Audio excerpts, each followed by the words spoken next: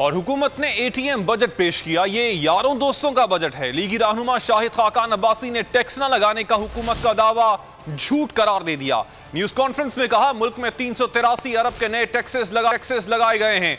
Budget के लिए 265 अरब की रकम इनडायरेक्ट टैक्सेशन से हासिल की जाएगी।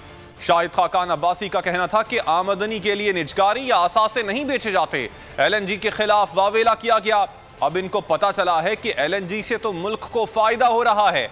उन्होंने कहा कि हुकूमत बरामदात नहीं बढ़ा सकी। आज मुल्क में 2 करोड़ लोग खत्ते गुर्बत से नीचे आ गए हैं।